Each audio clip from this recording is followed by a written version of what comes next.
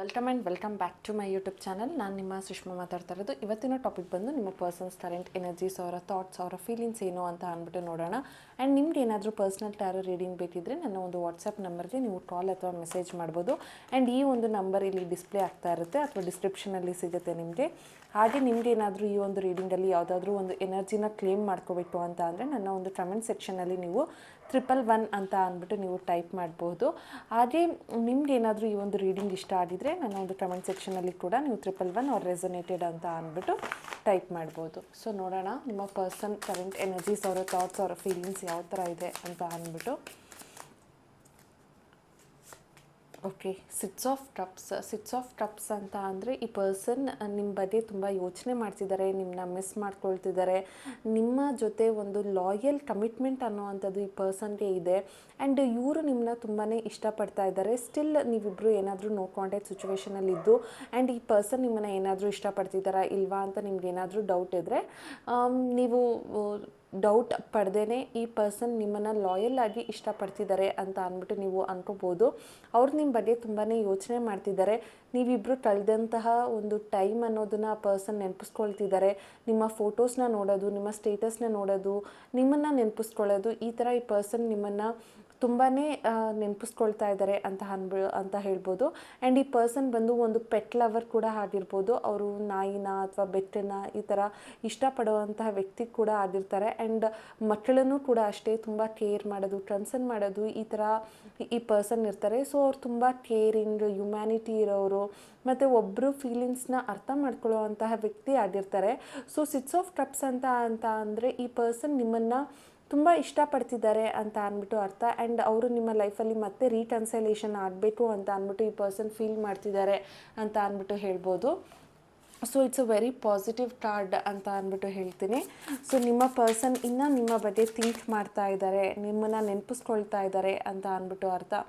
So the ಐರೋಫ್ಯಾಂಟ್ ಅಂತ ಅಂದರೆ ಈ ಪರ್ಸನ್ ನಿಮ್ಮ ಜೊತೆ ಮಾತಾಡಬೇಕು, ಕಮ್ಯುನಿಕೇಟ್ ಮಾಡಬೇಕು, ಅವರ ಫೀಲಿಂಗ್ಸ್ನ ನಿಮ್ಮ ಹತ್ರ ಹೇಳ್ಕೋಬೇಕು ಅಂತ ಅಂದ್ಬಿಟ್ಟು ಅವ್ರಿಗೆ ಅನ್ನಿಸ್ತಾ ಇದೆ. ಆ್ಯಂಡ್ ಆ ಪರ್ಸನ್ ನಿಮಗೋಸ್ಕರ ದೇವ್ರ ಹತ್ರ ಪ್ರೇಯರ್ ಮಾಡೋದು, ನೀವು ಚೆನ್ನಾಗಿರಲಿ, ಖುಷಿಯಾಗಿರಲಿ, ಎಲ್ಲೇ ಇದ್ರೂ ನೆಮ್ಮದಿಯಾಗಿದ್ದರೆ ಸಾಕು ಅನ್ನೋ ಥರ ಈ ಪರ್ಸನ್ ಫೀಲ್ ಮಾಡ್ತಾರೆ.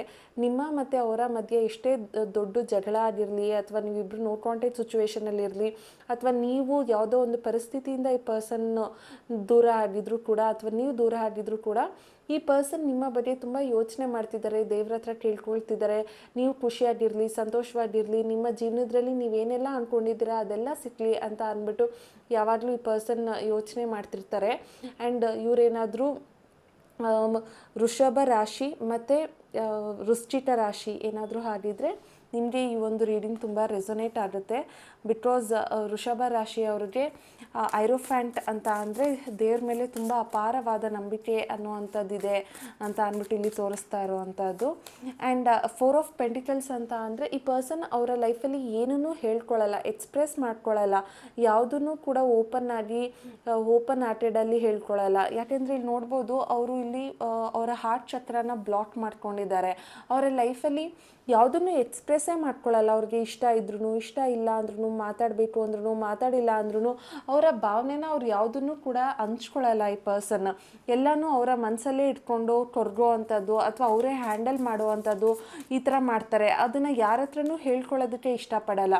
ಆ್ಯಂಡ್ ನೀವು ಇಷ್ಟಪಡ್ತಾ ಇರುವಂತಹ ವ್ಯಕ್ತಿ ಏನಾದರೂ ಫೀಮೇಲ್ ಅಲ್ಲದೇ ಮೇಲ್ ಆಗಿದ್ದರೆ ಆ ಪರ್ಸನ್ ಸ್ವಲ್ಪ ಬ್ಲ್ಯಾಕಿಶ್ ಟೋನಲ್ಲಿರ್ತಾರೆ. ಅಂದರೆ ಸ್ವಲ್ಪ ಈ ಒಂದು ಕಲರ್ ಟೋನಲ್ಲಿರ್ತಾರೆ, ಸ್ವಲ್ಪ ಹೈಟ್ ಇರ್ತಾರೆ ಈ ಪರ್ಸನ್. ಆ್ಯಂಡ್ ಅವ್ರಿಗೆ ಕೋಪ ಜಾಸ್ತಿ ಇರುತ್ತೆ. ಅವರು ನಿಮ್ಮ ಮೇಲೆ ಒಂದು ಅಟ್ರ್ಯಾಕ್ಷನ್ ಅನ್ನುವಂಥದ್ದನ್ನ ಇದೆ ಅಂತ ಅಂದ್ಬಿಟ್ಟು ಹೇಳ್ಬೋದು. ಆ್ಯಂಡ್ ಅವರು ಒಂದು ಸರಿ ಇದ್ದಂಗೆ ಇನ್ನೊಂದು ಸರಿ ಇರಲ್ಲ. ಅವರ ಫೀಲಿಂಗ್ಸ್ ಯಾವಾಗಲೂ ಚೇಂಜ್ ಆಗ್ತಾ ಇರುತ್ತೆ. ಅವರು ಒಂದು ನಿಮಿಷ ನಿಮ್ಮ ಹತ್ರ ತುಂಬ ಪ್ರೀತಿ ವಿಶ್ವಾಸ ತೋರಿಸೋ ಥರ ಇರ್ತಾರೆ, ಇನ್ನೊಂದು ನಿಮಿಷ ನಿಮ್ಮನ್ನು ದೂರ ಇಡೋ ಥರ ಕಾಣಿಸ್ತಿರ್ತಾರೆ. ಸೊ ಈ ಪರ್ಸನ್ ಬಂದು ನಿಮ್ಮ ಮೇಲೆ ಒಂದು ಅಟ್ರ್ಯಾಕ್ಷನ್ ಇದೆ, ನಿಮ್ಮ ಅಟೆನ್ಷನ್ ಅವ್ರಿಗೆ ಬೇಕು ಅಂತ ಅವ್ರಿಗೆ ಅನ್ನಿಸ್ತಾ ಇದೆ ಅಂತ ಅಂದ್ಬಿಟ್ಟು ಅರ್ಥ. ಸೊ ನಿಮ್ಮ ಪರ್ಸನ್ ಏನಾದರೂ ಮೇಲ್ ಆಗಿ ಈ ಒಂದು ಸ್ಕಿನ್ ಟೋನ್ ಇದ್ದರೆ ನಿಮಗೂ ಕೂಡ ಈ ಒಂದು ರೀಡಿಂಗ್ ತುಂಬ ರೆಸೊನೇಟ್ ಆಗುತ್ತೆ ಅಂತ ಅಂದ್ಬಿಟ್ಟು ಅರ್ಥ ಆಗುತ್ತೆ. ಆ್ಯಂಡ್ ಆ ಪರ್ಸನ್ ಟ್ಯಾಟೂ ಕೂಡ ಹಾಕಿಸ್ಕೊಂಡಿರ್ಬೋದು ಆ್ಯಂಡ್ ಆಲ್ಸೋ ಬ್ರೇಸ್ಲೆಟ್ನ ಕೂಡ ಹಾಕ್ಕೊಂಡಿರ್ಬೋದು. ಅವರು ತುಂಬ ಕ್ರಿಸ್ಟಲ್ಸ್ನ ವೇರ್ ಮಾಡೋದು ಅಥವಾ ಯಾವುದಾದ್ರೂ ಒಂದು ಯಾವಾಗಲೂ ಕೈಗೆ ಒಂದು ದಾರ ಕಟ್ಕೊಳ್ಳೋದು, ಬ್ರೇಸ್ಲೆಟ್ ಹಾಕ್ಕೊಳ್ಳೋದು ಅಥವಾ ಕತ್ತಿಗೆ ಒಂದು ದಾರ ಹಾಕ್ಕೊಳ್ಳೋವಂಥದ್ದು, ಇಲ್ಲಾಂದರೆ ಬ್ಲ್ಯಾಕ್ ಕಲರ್ ದಾರ ಹಾಕುವಂಥದ್ದು, ಈ ಥರ ಯಾವಾಗಲೂ ಇರ್ತಾರೆ. ಅವರ ಪರ್ಸ್ನಾಲಿಟಿ ಅಥವಾ ಅವರ ಕ್ಯಾರೆಕ್ಟರ್ ಅಥವಾ ಅವರು ನೋಡೋದಕ್ಕೆ ಈ ಥರ ಕಾಣಿಸ್ತಿರ್ತಾರೆ ಅಂತ ಅಂದ್ಬಿಟ್ಟು ಹೇಳ್ಬೋದು. ಆ್ಯಂಡ್ ಈ ಪರ್ಸನ್ ಬಂದು ಮೇಷ ರಾಶಿ ಮತ್ತು ಸಿಂಹ ರಾಶಿ ಮತ್ತು ಧನು ರಾಶಿ ಆಗಿರುವಂಥ ಚಾನ್ಸಸ್ ಇರುತ್ತೆ ಈ ಪರ್ಸನ್. ಸೊ ನಿಮ್ಮ ಪರ್ಸನ್ ಏನಾದರೂ ಮೇಷ ರಾಶಿ ಮತ್ತು ಸಿಂಹ ರಾಶಿ ಧನು ರಾಶಿ ಆಗಿದ್ದರೆ ನಿಮಗೆ ಈ ಒಂದು ರೀಡಿಂಗ್ ತುಂಬ ರೆಸೊನೇಟ್ ಆಗುತ್ತೆ ಅಂತ ಅಂದ್ಬಿಟ್ಟು ಹೇಳ್ಬೋದು.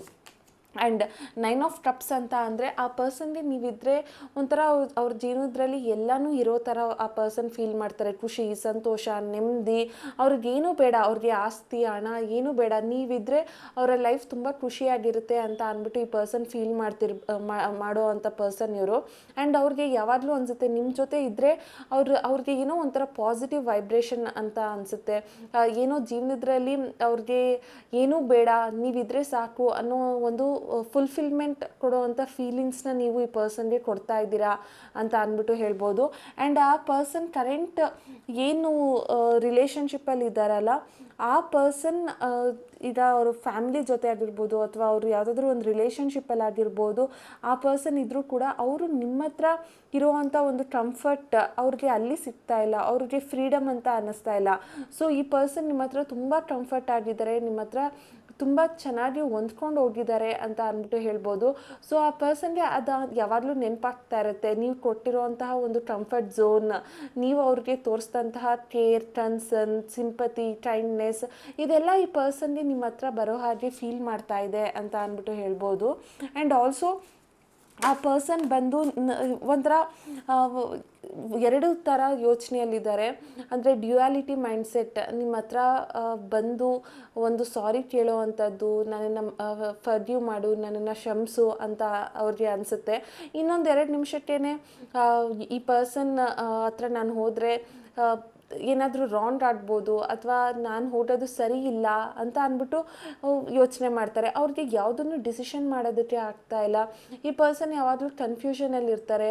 ಅವರು ಕೆಲವೊಂದು ವಿಚಾರಗಳನ್ನ ನಿಮ್ಮಿಂದ ಮುಚ್ಚಿಡ್ತಾರೆ, ಯಾವುದನ್ನು ಓಪನ್ ಅಪ್ ಆಗಿ ಹೇಳ್ಕೊಳ್ಳಲ್ಲ ಅನ್ನೋವಂಥದ್ದು ಇಲ್ಲಿ ಕಾಣಿಸ್ತಾ ಇದೆ. ಈ ಪರ್ಸನ್ ಎಷ್ಟೇ ನೀವು ಪ್ರೀತಿಸಿ ಆ ಪರ್ಸನ್ ಯಾವುದನ್ನು ನಿಮ್ಮ ಹತ್ರ ಓಪನ್ ಅಪ್ ಆಗಿ ಹೇಳ್ಕೊಳ್ಳಲ್ಲ, ಎಲ್ಲನೂ ಆ ಪರ್ಸನ್ ಮುಚ್ಚಿಡೋದಕ್ಕೇ ಟ್ರೈ ಮಾಡ್ತಾರೆ ಅಂತ ಅಂದ್ಬಿಟ್ಟು ಹೇಳ್ಬೋದು.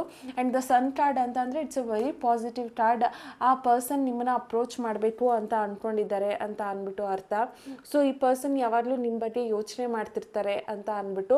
ಸೊ ಇವರೇನಾದರೂ ಸಿಂಹ ರಾಶಿ ಆಗಿದ್ದರೆ ಈ ಪರ್ಸನ್ ನಿಮ್ಮನ್ನು ತುಂಬ ಬೇಗ ಮೀಟ್ ಮಾಡ್ತಾರೆ.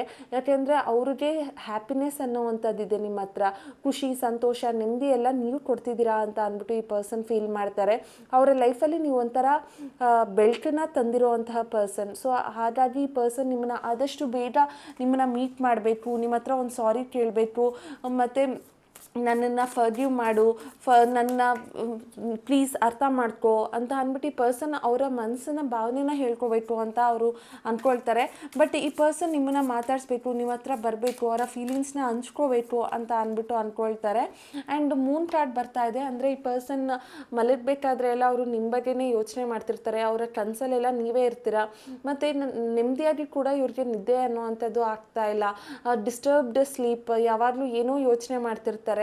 ಆಮೇಲೆ ಯಾವಾಗ ನೋಡಿದ್ರು ಅವ್ರಿಗೆ ಒಂಥರ ಮೂಡ್ ಸ್ವಿಂಗ್ಸ್, ಏನೋ ಡಿಸ್ಟರ್ಬ್ ಆಗಿರ್ತಾರೆ, ಯಾರ ಹತ್ರನೂ ಮಾತಾಡಲ್ಲ, ಒಂಥರ ಸ್ಟ್ರೆಸ್ಸಲ್ಲಿರ್ತಾರೆ, ಯಾರ ಹತ್ರನೂ ಓಪನ್ ಅಪ್ ಆಗಲ್ಲ. ಸೊ ಅವರು ಮೇಲ್ನೋಟಕ್ಕೆ ಮಾತ್ರ ಎಲ್ಲರ ಹತ್ರನೂ ಖುಷಿಯಾಗಿದ್ದರೆ ಇನ್ ಡೆಪ್ತ್ ಈ ಪರ್ಸನ್ ಖುಷಿಯಾಗಿಲ್ಲ ಅಂತ ಅಂದ್ಬಿಟ್ಟು ಹೇಳ್ಬೋದು. ಆ್ಯಂಡ್ ಈ ಪರ್ಸನ್ ಏನಾದರೂ ಮೀನರಾಶಿ ಆಗಿದ್ದರೆ ಅವ್ರಿಗೂ ಕೂಡ ಇದು ರೆಸೊನೇಟ್ ಆಗುತ್ತೆ ಅಂತ ಹೇಳ್ಬೋದು ಈ ಒಂದು ರೀಡಿಂಗ್. ಬಿಕಾಸ್ ಆ ಪರ್ಸನ್ ತುಂಬಾ ಬೇಜಾರು ಮಾಡ್ಕೊಳ್ತಿದ್ದಾರೆ ಅಂತ ಅಂದ್ಬಿಟ್ಟು ಹೇಳ್ಬೋದು. ಆ್ಯಂಡ್ ದ ಎಂಪ್ರೆಸ್ ಕಾರ್ಡ್ ಅಂತ ಅಂದರೆ ಅವರು ನಿಮ್ಮನ್ನು ಒಂಥರ ನೀವು ಅವರ ಲೈಫಲ್ಲಿ ಒಂದು ತಂದೆ ತಾಯಿ ಸ್ಥಾನನ ತುಂಬಿಸಿದ್ದೀರಾ ಅನ್ನೋವಂಥದ್ದು ಈ ಪರ್ಸನ್ ನಂಬ್ತಾರೆ. ಆ್ಯಂಡ್ ಅವರ ಪ್ರಪಂಚನೇ ನೀವಾಗಿದ್ದೀರಾ.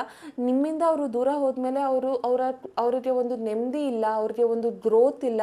ಅವರ ಪರ್ಸ್ನಲ್ ಲೈಫ್ ಆಗಿರಲಿ, ಪ್ರೊಫೆಷನಲ್ ಲೈಫ್ ಆಗಿರಲಿ, ಯಾವುದ್ರಲ್ಲೂ ಈ ಪರ್ಸನ್ ಖುಷಿ ಅನ್ನುವಂಥದ್ದನ್ನು ಪಡ್ತಾ ಇಲ್ಲ. ಯಾಕೆ ಅಂದರೆ ಆ ಖುಷಿಯೆಲ್ಲ ನೀವೇ ಆಗಿದ್ದೀರಾ. ಸೊ ನಿಮ್ಮ ಒಂದು ಜೀವನದಲ್ಲಿ ನೀವು ಎಷ್ಟು ವ್ಯಾಲ್ಯೂ ನಿಮಗೆ ಕೊಡ್ತಿರೋ ಇಲ್ವೋ ಆ ಪರ್ಸನ್ ಮಾತ್ರ ನಿಮ್ಮನ್ನ ತುಂಬ ವ್ಯಾಲ್ಯೂ ಮಾಡ್ತಾರೆ. ಬಿಕಾಸ್ ಅವರು ನಿಮ್ಮನ್ನ ಒಂದು ತಾಯಿ ತಂದೆ ಥರ ನೋಡ್ತಾರೆ. ಸೊ ಈ ಪರ್ಸನ್ ಎಷ್ಟೇ ದೂರ ಇರಲಿ, ಏನೇನು ಕಾಂಟ್ಯಾಕ್ಟ್ ಸಿಚುವೇಶನ್ ಇರಲಿ, ಈ ಪರ್ಸನ್ ಮಾತ್ರ ನೀವು ಸದಾ ಕಾಲ ಆ ಒಂದು ವ್ಯಕ್ತಿಗೆ ನೆನಪಾಗಿರ್ತೀರಾ ಅಂತ ಅಂದ್ಬಿಟ್ಟು ಹೇಳ್ಬೋದು. ಆ್ಯಂಡ್ ಆ ಪರ್ಸನ್ ಯಾವಾಗಲೂ ನಿಮ್ಮ ಬಗ್ಗೆ ಯೋಚನೆ ಮಾಡ್ತಿದ್ದಾರೆ ಅಂತ ಅಂದ್ಬಿಟ್ಟು ಹೇಳ್ಬೋದು. ಆ ಪರ್ಸನ್ ನಿಮ್ಮನ್ನ ನೆನಪಿಸ್ಕೊಳ್ತಿದ್ದಾರೆ ಅಂತ ಅಂದ್ಬಿಟ್ಟು.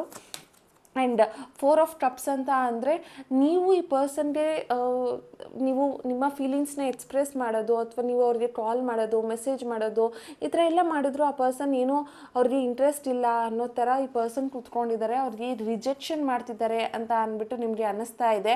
ಈ ಪರ್ಸನ್ಗೆ ಇಂಟ್ರೆಸ್ಟ್ ಇಲ್ಲ ನಿಮ್ಮ ಮೇಲೆ ಅಂತ ಅಂದ್ಬಿಟ್ಟು. ಬಟ್ ಟು ಬಿ ಫ್ರ್ಯಾಂಕ್, ಆ ಪರ್ಸನ್ ಯೋಚನೆ ಮಾಡ್ತಿದ್ದಾರೆ, ಈ ಒಂದು ರಿಲೇಷನ್ಶಿಪ್ನ ಎಕ್ಸೆಪ್ಟ್ ಮಾಡಲ್ಲ, ಇದನ್ನು ಎಕ್ಸೆಪ್ಟ್ ಮಾಡಿದರೆ ನಾನೇನಾದರೂ ಪ್ರಾಬ್ಲಮ್ಗೆ ಸಿಗಾಕೊಳ್ತೀನ, ಅಥವಾ ಈಗ ನಾನು ಈ ಪರ್ಸನ್ನ ಅಪ್ರೋಚ್ ಮಾಡಿ ಇವ್ರ ಹತ್ರ ನಾನು ನನ್ನ ಫೀಲಿಂಗ್ಸ್ನ ಹೇಳ್ಕೊಂಡ್ರೆ ಇವ್ರು ನನ್ನನ್ನು ಎಕ್ಸೆಪ್ಟ್ ಮಾಡ್ತಾರಾ ಅಂತ ಅಂದ್ಬಿಟ್ಟು ಈ ಪರ್ಸನ್ ತುಂಬ ಯೋಚನೆ ಮಾಡ್ತಾ ಇದ್ದಾರೆ ಅಂತ ಅನ್ಬೋದು. ಈ ಪರ್ಸನ್ಗೆ ಏನೇ ಒಂದು ಆಸೆ ಇಲ್ಲ, ಅಥವಾ ಯಾವುದ್ರ ಮೇಲೂ ಇಂಟ್ರೆಸ್ಟ್ ಇಲ್ಲ, ಏನು ಕೆಲಸ ಮಾಡೋದಕ್ಕೂ ಅವ್ರಿಗೆ ಇಷ್ಟ ಆಗ್ತಿಲ್ಲ, ಒಂಥರ ಲೇಝಿ ಥರ ಯಾವುದೋ ಒಂದು ಮೂಲೆಯಲ್ಲಿ ಕೂತ್ಕೊಂಡು ಯಾವಾಗಲೂ ನಿಮ್ಮ ಬಗ್ಗೆನೇ ಯೋಚನೆ ಮಾಡ್ತಿದ್ದಾರೆ ಅಂತ ಅಂದ್ಬಿಟ್ಟು ಹೇಳ್ಬೋದು. ಸೊ ಈ ಪರ್ಸನ್ಗೆ ನಿಮ್ಮ ಮೇಲೆ ತುಂಬಾ ಇಂಟ್ರೆಸ್ಟ್ ಅನ್ನೋವಂಥದ್ದಿದೆ. ಬಟ್ ಇವ್ರು ನೋಡಿದ್ರೆ ಯಾವುದಕ್ಕೂ ಕೂಡ ರೆಸ್ಪಾನ್ಸ್ ಮಾಡ್ತಿಲ್ಲ ಅಂತ ಹೇಳ್ಬೋದು. ಬಟ್ ಅವರು ನಿಮ್ಮ ಬಗ್ಗೆ ತುಂಬ ಯೋಚನೆ ಮಾಡ್ತಿದ್ದಾರೆ ಅನ್ನುವಂಥದ್ದು ಕಾಣಿಸ್ತಾ ಇದೆ. ಆ್ಯಂಡ್ ಈ ಒಂದು ರಿಲೇಷನ್ಶಿಪ್ನ ಅವರು ಬ್ಯಾಲೆನ್ಸ್ ಮಾಡಬೇಕು ಅಂತ ಅಂದ್ಕೊಂಡಿದ್ದಾರೆ.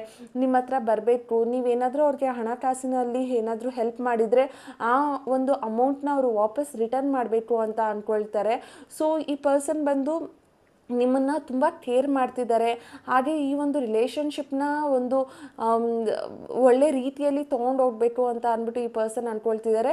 ಬೇಸಿಕಲಿ ನೀವೇನಾದರೂ ಈ ಪರ್ಸನ್ಗೆ ದುಡ್ಡು ಕೊಟ್ಟಿದ್ದು, ಆಮೇಲೆ ಆ ಪರ್ಸನ್ ನಿಮಗೆ ದುಡ್ಡು ಕೊಡದೇನೆ ದೂರ ಆಗಿದ್ದರೆ ಈ ಪರ್ಸನ್ ಮತ್ತೆ ನಿಮ್ಮ ಲೈಫ್ಗೆ ಬಂದು ದುಡ್ಡು ಕೊಡೋ ಒಂದು ನೆಪದಲ್ಲಿ ನಿಮ್ಮನ್ನು ಕಾಂಟ್ಯಾಕ್ಟ್ ಮಾಡ್ಬೋದು ಅಂತ ಅಂದ್ಬಿಟ್ಟು ಹೇಳ್ಬೋದು. ಸೊ ಆದಷ್ಟು ಬೇಗ ಈ ಪರ್ಸನ್ ನಿಮ್ಮನ್ನ ಅಪ್ರೋಚ್ ಮಾಡಬೇಕು ಅಂತ ಅಂದ್ಬಿಟ್ಟು ಅಂದ್ಕೊಳ್ತಿದ್ದಾರೆ ಅಂತ ಹೇಳ್ಬೋದು.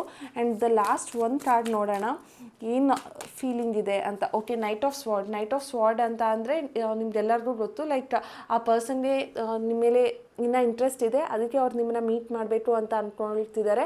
ಆ್ಯಂಡ್ ಆ ಪರ್ಸನ್ ಏನಾದರೂ ಮೇಲ್ ಆಗಿದ್ದರೆ ಅವ್ರ ಹತ್ರ ಒಂದು ರಾಯಲ್ ಎನ್ಫೀಲ್ಡ್ ಗಾಡಿ ಇರೋವಂಥ ಚಾನ್ಸಸ್ ಇರುತ್ತೆ.